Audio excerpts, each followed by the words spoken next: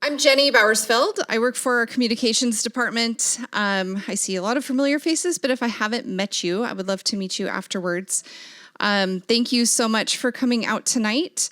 And we have some city information over on the table over there. There's coffee, water, cookies, snacks. So please feel free to get up and get yourself a snack if you'd like.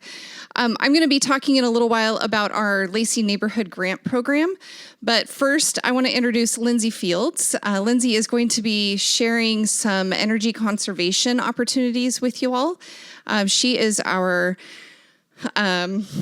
climate and sustainability coordinator. So I'm going to have Lindsay come up, and she's going to go through a few slides and then walk you through some website information as well. Good evening, everyone. Some of your faces look familiar. You may have seen me do some presentations on trees before and or water conservation. At one point, I did manage the watering schedule, so it's also possible that you saw my name if you were watering out of schedule. But my title is the Climate Sustainability Coordinator. I've been in this position for 2 years. It was actually created 2 years ago, so we've been doing climate sustainability initiatives for about a little bit longer than that, but really ramped it up about 2 years ago. One of the things that we've been focusing on is energy conservation, really energy efficiency, and creating programs that help folks go electric or electrify their house. So the number one greenhouse gas emissions in our region is residential energy use. So we've developed programs to target those emissions and hopefully reduce them while also helping folks get the money they need to make upgrades to their house. You may have heard about our matching rebate program last year with PSE. We did some advertising. We were matching rebates through PSE. So if at any point you needed windows or doors or insulation, heat pumps, we were doing not water heaters, we were doing floor insulation, windows, heat pumps, furnace upgrades. If you needed a furnace upgrade last year, we were doing those as well. So if you got a PSC rebate, lived in the city limits, then it was potentially you could have got double your money. So we were matching those rebates. This year, we are launching Energize Thurston in collaboration with the Thurston Climate Mitigation Collaborative, which we are part of. And that includes 4 jurisdictions, so Lacey, Olympia, Tumwater, and Thurston County. We all staff the collaborative, as well as we have a couple other, like an executive committee, and we have a community advisory work group made up of 15 community members who help us with our work as well. But our first big project and collaborative project is Energize Thurston. It is basically geographically bigger area than Energize Olympia. Has anyone heard about Energize Olympia? No? Okay, this will be great information. So Energize Olympia is helping subsidize heat pumps and electrification projects for low-income to moderate-income folks, as well as providing a group purchase rate for folks whose area median income, which is how we have to do a lot of our programs, is above 120. So basically, you could go through the program and get I think it's like 10 to 15% discount if your area median income is above 120, or you could get partially or fully subsidized equipment depending on where your income's at. So we are launching Energize Thurston this year, hopefully in March. We are set to launch in March. And what we will be doing is, this is the Thurston Climate Mitigation Collaborative. I will go to the website here in a little bit to walk you through how to find more information. And this is just how our Regional Climate Action Network is working together. And really, it's really pushed by the jurisdictions now. And so we're doing a lot of the work in conjunction with these other groups. So the Residential Energy Efficiency Electrification Campaign, now known as Energize Thurston, is really 3 parts. So local incentives, we have advisory support service, and then web-based information hub. And so the goal is to not only get you all and get folks to electrify by providing incentives, but also to have someone who is staffing phones, helping understand technical support, hopefully helping you understand bids, so you can call them up and maybe understand the different bids that you're getting. And then also just what exactly is a heat pump, why you should electrify, what can it do for your energy cost, things like that. And then really how this is going to work is we're going to have two pathways. We'll have a fully subsidized pathway, which is also low income.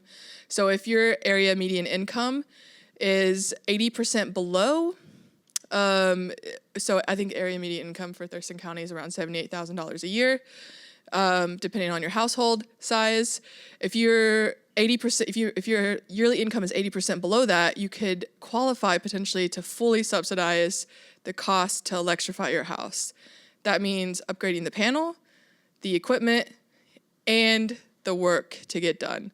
So essentially, you would be out of pocket nothing is the goal. If your area median income is 80 to 120, so you're right at 78 or up to 120 of whatever $78,000 a year is, you could qualify for partial subsidization, which would mean you could be out of pocket up to $2,500. But when we're talking about electrifying your house and putting a heat pump in, it can be upwards of $15,000, $15,000 to $20,000, depending on the size, location. The nice thing about Energize Thurston as well is if you are going for the full or partially subsidized, we're working with Habitat for Humanity so that they'll do critical home repair. Really, if you have a broken window that needs to get fixed before we install that heat pump, they're gonna fix that window for you. So we're not putting in high equipment where you should have a lower cost of electric, but then all of that heat's going right out that broken window. So there will be some critical home repair as well. If you are going to be fully or partially subsidized, what we do is we'd get you over to Habitat for Humanity. They would have one of our contractors come out. So we'll have about 5 or 6 local installers that we're working with. We'll have contracts with them. So one of them will come out, look at your house, look at what you need to do. Do you need an electric upgrade to your panel? Where are you going to put your, so heat pumps have very small converters on the outside. So where are you going to put that with a pad potentially or into the house? The size of heat pump you're going to have, these things can come pretty big or pretty small, depending on what rooms you're heating. And then depending on where you live, Lacey, Olympia, Tenino, or Tumwater, that's who'd be paying the bill essentially. So if you're in Lacey has around $350,000 to spend on this program. So I think it equals around 30 to 40 full and partial subsidized installations. So that's about how much we have. If you're going to be self-funded, you could still get the group purchase discount, which would be that 10 to 15% below normal cost. And you would just work with one of our installers directly instead of going through Habitat for Humanity. And then there are questions, but first I want to walk us through the webpage really fast because this is where you're going to get a lot of the information. If you want to participate in the program, and when we launch, we'll most likely have the application on this webpage as well. All right, so this is the main webpage for the Thurston Climate Collaborative. It's thurstonclimatecollaborative.org. If you go to the top header and regional initiatives, so under regional initiatives, there's this Energize Thurston. If you click that, you get this really great page. Lots of information. Coming soon this year. It will be launched hopefully by March, starting some of the groundwork in April. So one of the things, so some program benefits, group purchase discounts, like I said. You can get fully or partially subsidized equipment and installations for income qualified households. Installations and free site assessments by vetted installers. So you could still get a free site assessment if you decide not to go and actually purchase it, but we're still getting those site assessments. Streamlined installation and customer support. Guidance and instant access to relevant incentives, so other incentives you may qualify for. and information on energy efficiency financing. So there are some financing programs that will essentially, I think there's like a utility loan program that also does like septic tanks as well if you need a new one. And they also will finance for this if you're going through the, not getting a subsidized route. How it works. So the first thing you're going to have to do is watch an educational workshop and submit an application. That will be coming early 2025, so this year. Get a free assessment and quote. Then review and sign your contract, and then enjoy the comfort of your savings, depending on what you're doing. So this is really important. So you have to watch or come to one of our educational workshops, which will be hosted around Thurston County. One will be at the Timberline Library. We're looking at April 21st that week of having educational workshops there. Once you have viewed and watched the educational workshop, you can then submit an application. And then you'll move on through it. Once you submit an application, really Habitat for Humanity, if you're going partially or fully, will kind of take over the application process from there and guide you through the rest of it. You can contact the Energize Thurston project team, which is me, someone at Thurston or Olympia or Lacey, energize at co.thurston.wa.us, but all of this information is on this webpage. You can learn more about heat pumps, but also about other incentives in the state that you may qualify for through the Switches On.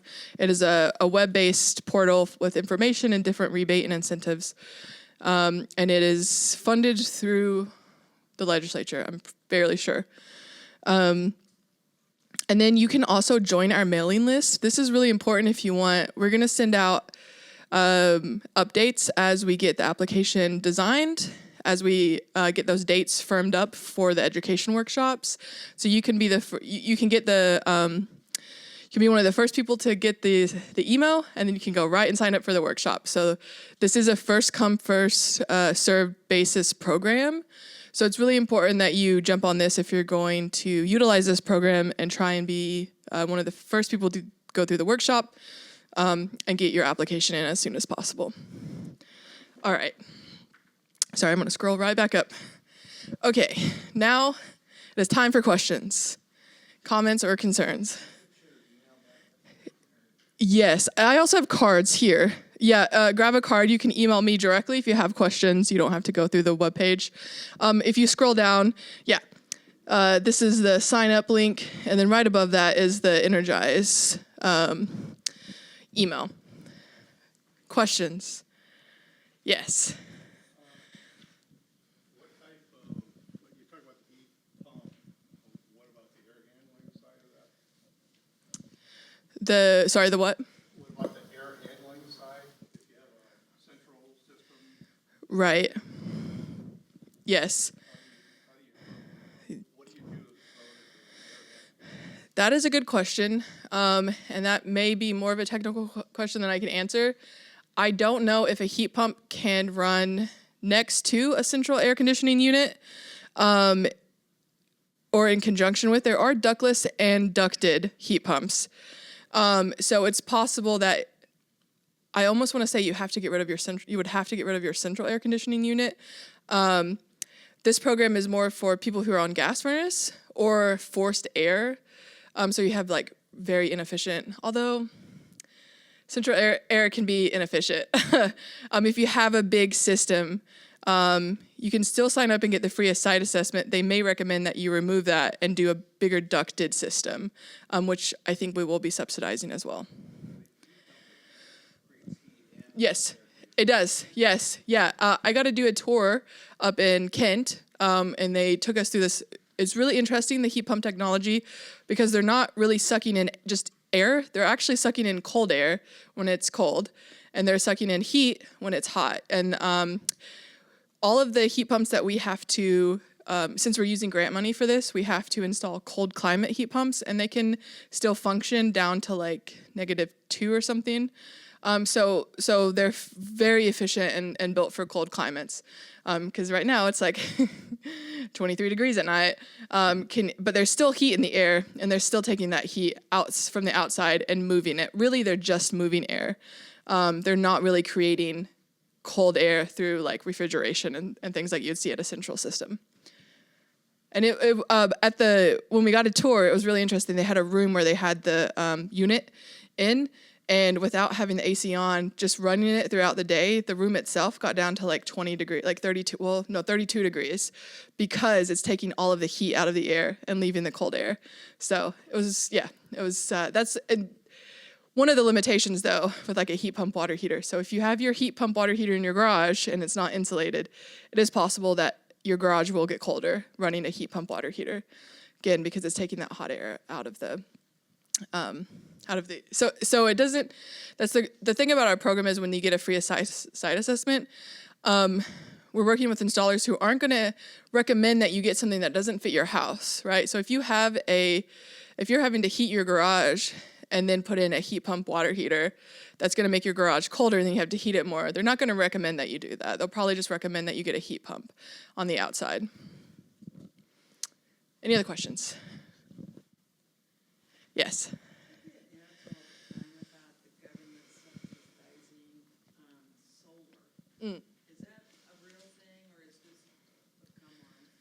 Yeah, so I have not seen, so there is only Olympia Solar. That is a group purchase program where you can go through their program. I think it's going to be starting up again this year. And you go through one of their installers and they give you a reduced price to install solar.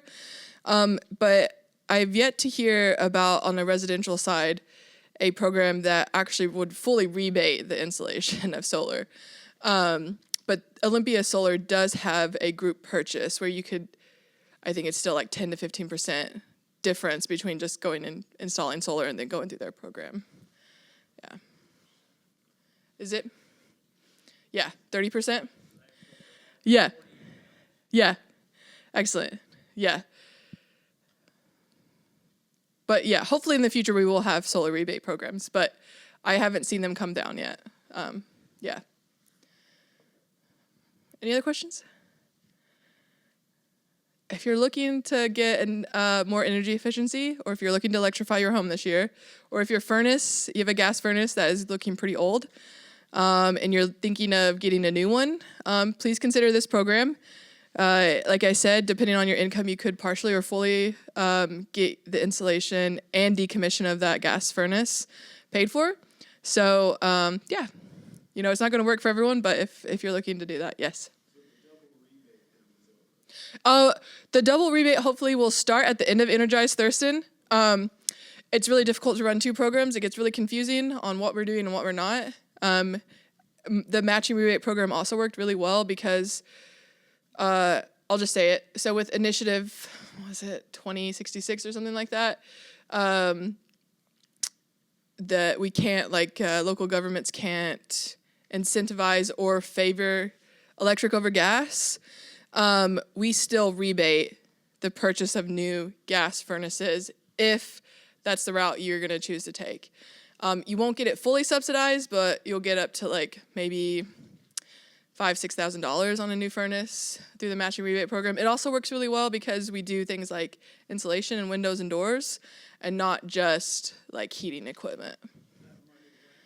Very, very quickly, yeah, and it actually went really quickly too because we were doing heat pumps, and we were subsidizing up to $4,000 for lower income folks. So I mean, we're talking 16 rebates, and we're at the max for our. So they'll be more available because of this program. Yep. They'll be more available, I think, for things outside of heating equipment. Yeah. Windows in this program. Yeah. So for Energize Thurston, if you're doing fully or partially subsidized route, so income qualified, Habitat for Humanity will do critical home repairs. If there's a broken door that's not, or a window or something that needs to be fixed. I think Habitat for Humanity does have one, and I want to say the CAC might have a program for windows as well. The Community Action Council, yeah.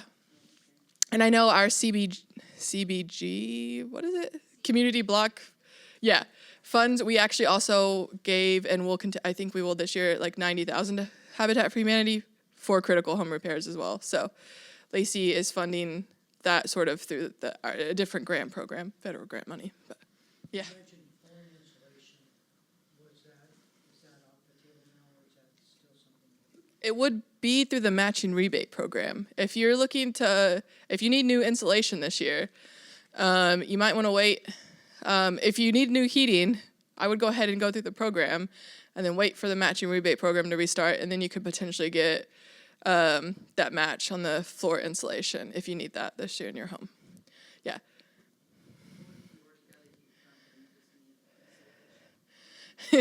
Yeah. It's kind of like the, what comes first sort of situation, Yeah. Yes. Lindsay, is this program available to the urban growth area? It is actually, because it's in Thurston County. So unlike the matching rebate program where you had to be within city limits, in order for me to rebate a home, you'll have to be in city limits. But Thurston County is participating, and the urban growth area technically falls into Thurston County. So yes. Or Tenino, if you happen to know anyone who lives in Tenino. Tenino's participating, so yeah. Awesome, thank you.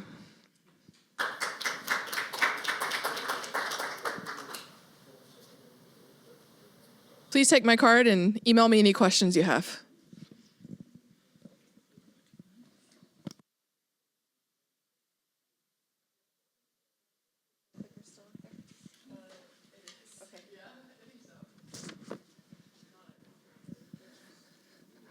All right. Thank you, Lindsay, for the information. All right. So I think most people here have taken advantage of our neighborhood grant program, if I'm not mistaken. Has anybody not? Wow. Well, then this might be some repeat, but that's okay. In case people want to watch the recorded video, it'll be some good information for them too. But in case you have not heard or have not applied yet, the grant application for 2025 is currently open on our website. Just quick overview. The intention of this program was created in 2017 by our Lacey City Council to invest back into our community. So they wanted to provide some money back to our community to put into bettering their common spaces and helping cover some expenses that just come with living in the city. So the city council has approved $60,000 again for 2025. And let's see. The grant categories remain the same. I've condensed them just a little bit, but so safe neighborhoods or CERT organization, so emergency management type projects, environmental sustainability and resiliency, neighborhood beautification, board education or organizational development, and then compassion. So some examples, we saw some really great projects. Y'all did some good work in the community this year. This is just some ideas I put up there to be creative. We had a really great community garden at the Point this year. So there was several free little libraries, which I think are such a wonderful, quaint little thing to offer in your neighborhood, and to stock it with books and encourage people to drop off their books.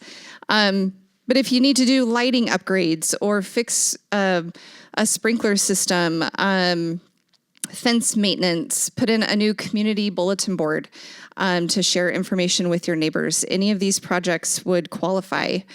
This is just a couple. So that was the community garden. I thought that just turned out so great if you have any space in just an unused open space, maybe consider, building that.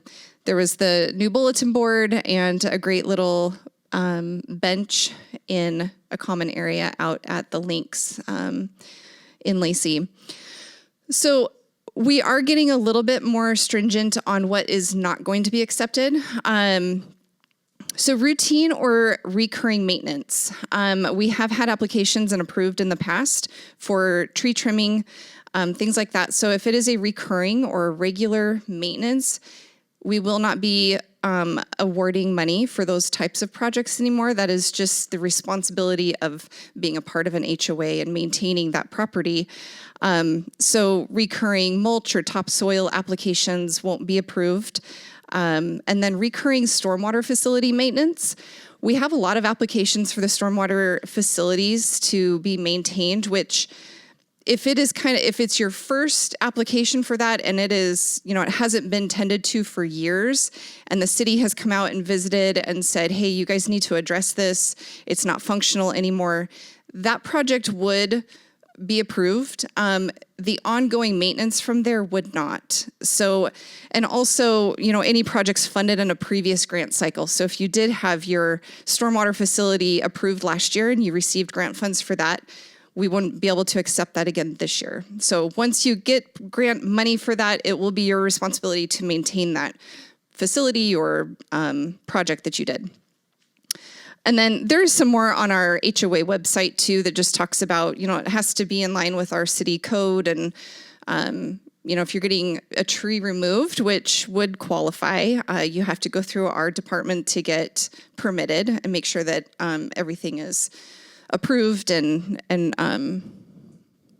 approved. An overview of some of the guidelines. So as a reminder, $2,500 per project again is the maximum amount that you'll be able to receive. Still one application per neighborhood. And then we do still require the dollar for dollar neighborhood match.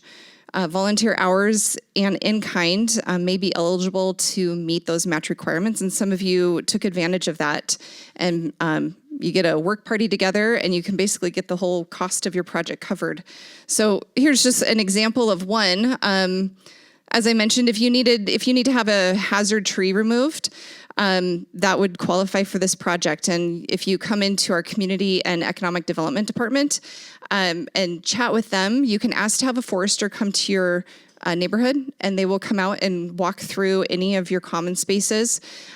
If they deem trees dangerous or hazardous or diseased and they need to come out, you do not have to pay for that visit from the forester. Lindsay, is that correct?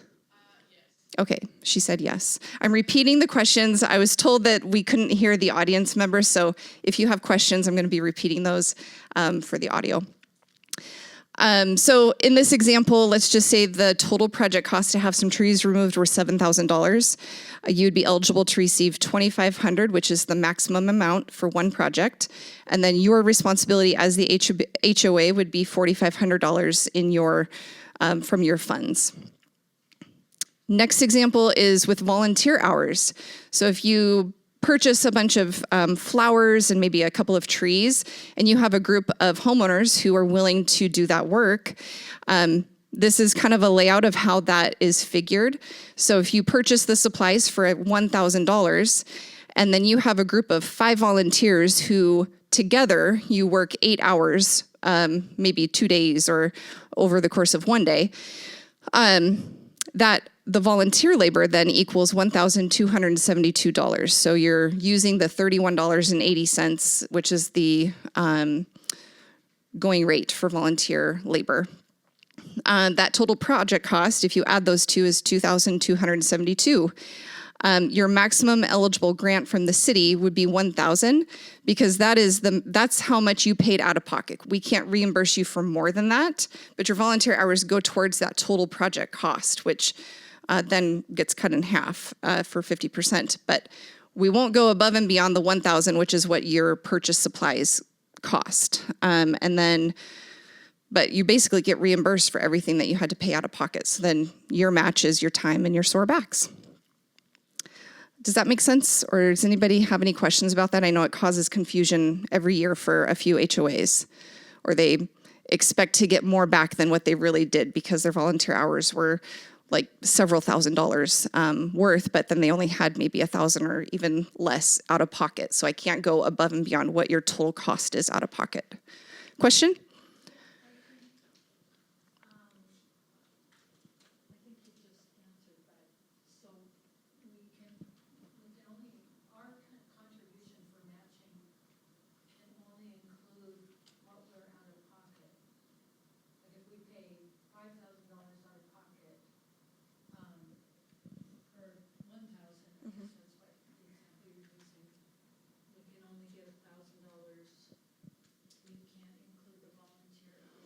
You can include volunteer hours. So if you don't have any volunteer hours and you purchased $1,000 or you hired a landscaping company for $1,000, then you would get half of that reimbursed. So your volunteer hours are making it so that you can get full reimbursement for your out-of-pocket cost. Does that make sense?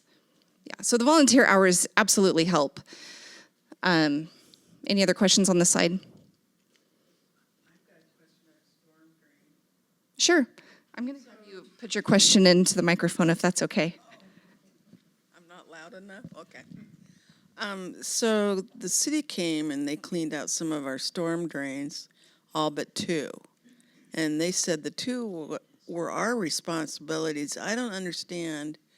One storm drain was right across from the park, correct? That we're supposed to be responsible for? It's actually in the park. Well, the catch basin's in the park, but the drain is on this street that's right next to that. So I don't know if it drained from the street drain into the catch basin, because there's one on the other side of the street too. So, Okay. or is that a different discussion? It might be a different discussion. I can follow up with you. I don't have the answer to that. I just know our stormwater department that maintains the facilities that are owned by the city, they have their process. You guys, it sounds like the city of Lacey owns a couple of the stormwater facilities in your area, but then you also have some that you're responsible for. They can provide you with documentation if you're confused about which one is which or why. They can provide more information. So I can get you the name of somebody who could help explain that better than myself. But if there's 2 that you are responsible for to maintain, and let's say you haven't had a grant yet for that, that would qualify. Okay, so as I mentioned, all projects must meet city codes, ordinances, and non-discrimination policies. I do meet with a couple different staff people from different departments because I'm, just like the stormwater facility question, I'm not an expert in that area. So we meet with somebody from our community and economic development department to make sure codes are being followed. And then somebody from our parks maintenance department as well. So definitely have a couple different people reviewing all the applications and raising any questions or concerns that I can bring back to you before projects are approved.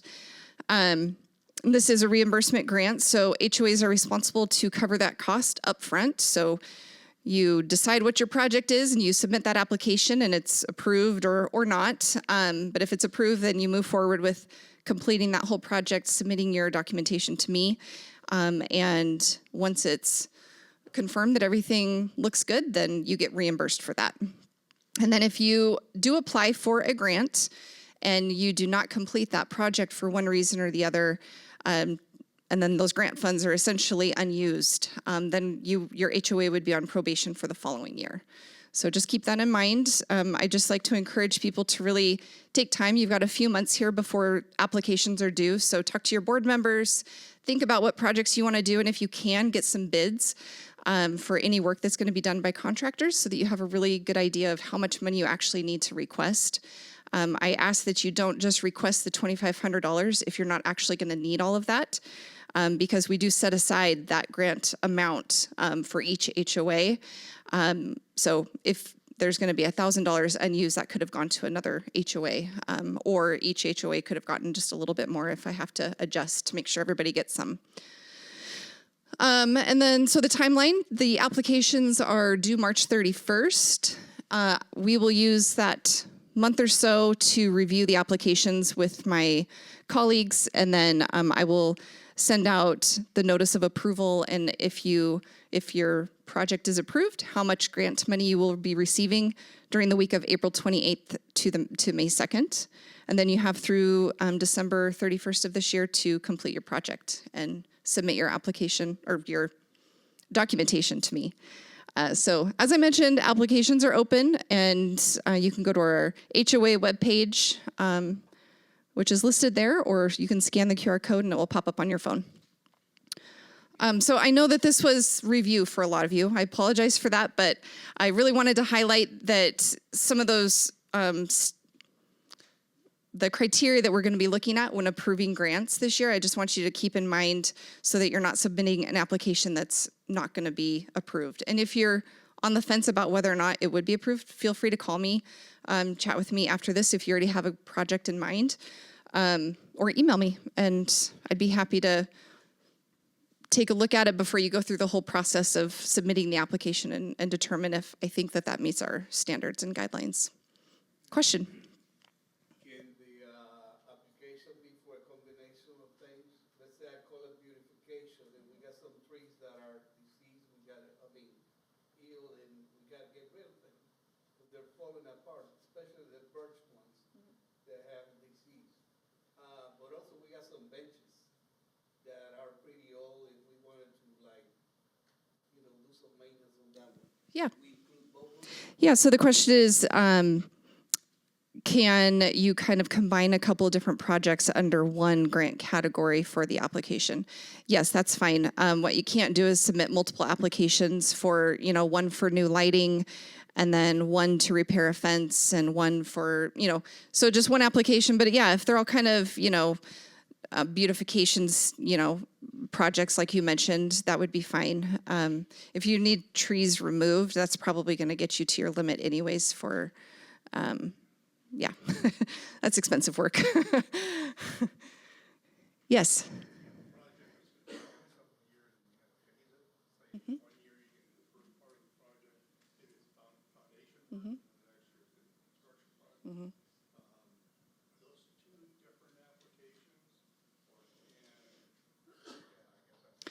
Yeah, so the question is, if you have a larger project that you can't get done in 1 year, can you phase it? And I think I know we have a couple of HOAs that have done that. So a really big or a really expensive project, and it can be broken up. So they do phase one. I think one HOA, I can't remember. So if it's here, I apologize for not remembering. But yeah, it was like 3 or 4 phases to restore kind of some common area. And so yeah, you can certainly break it up. I mean, especially if it's going to be some volunteer labor, and you hate to ask too much of your community in one at once. So yeah, you can break a project up and break it into phases, and you can only do one of those phases per year, though. Yeah.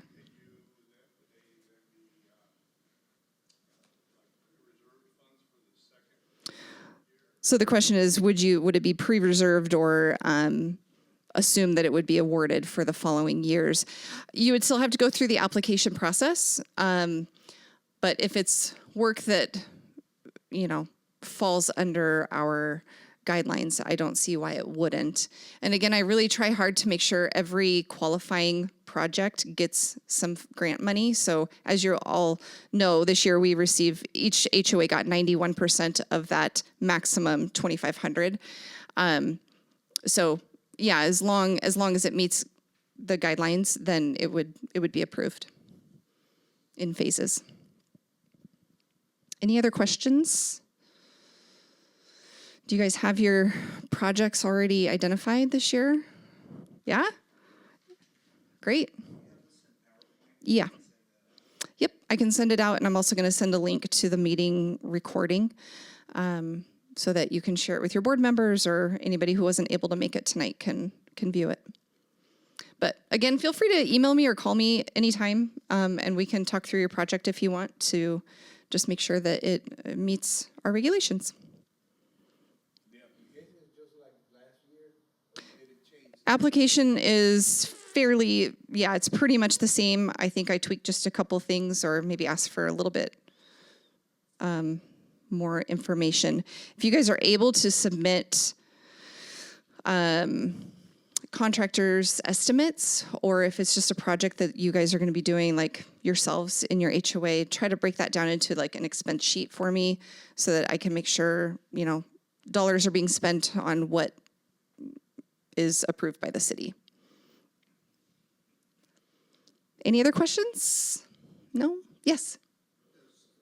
Coming from an HOA that has used this program a number of times over the years, we really need to applaud the city for having this kind of program. Thank you. And it's gotten a lot of volunteer people Great. Thank you. I'll repeat that so that our online people can hear that.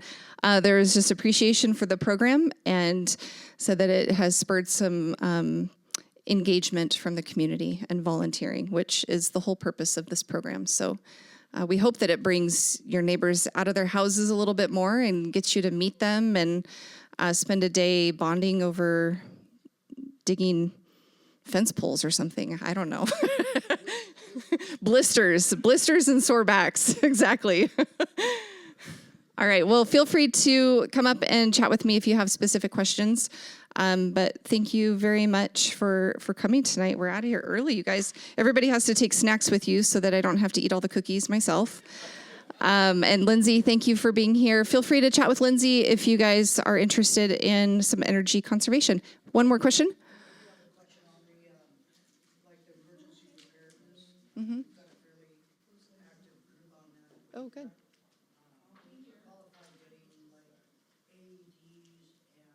Mm-hmm. Yeah. Yeah. Mm-hmm. Yeah. Sure. Yeah. The question is, a neighborhood has a developing emergency response team, and so would this grant qualify to help them get some tools and materials for it, equipment, AEDs, things like that? Yeah, that would be great. We want to help communities be ready if a disaster hits. So, okay. Thanks, everyone.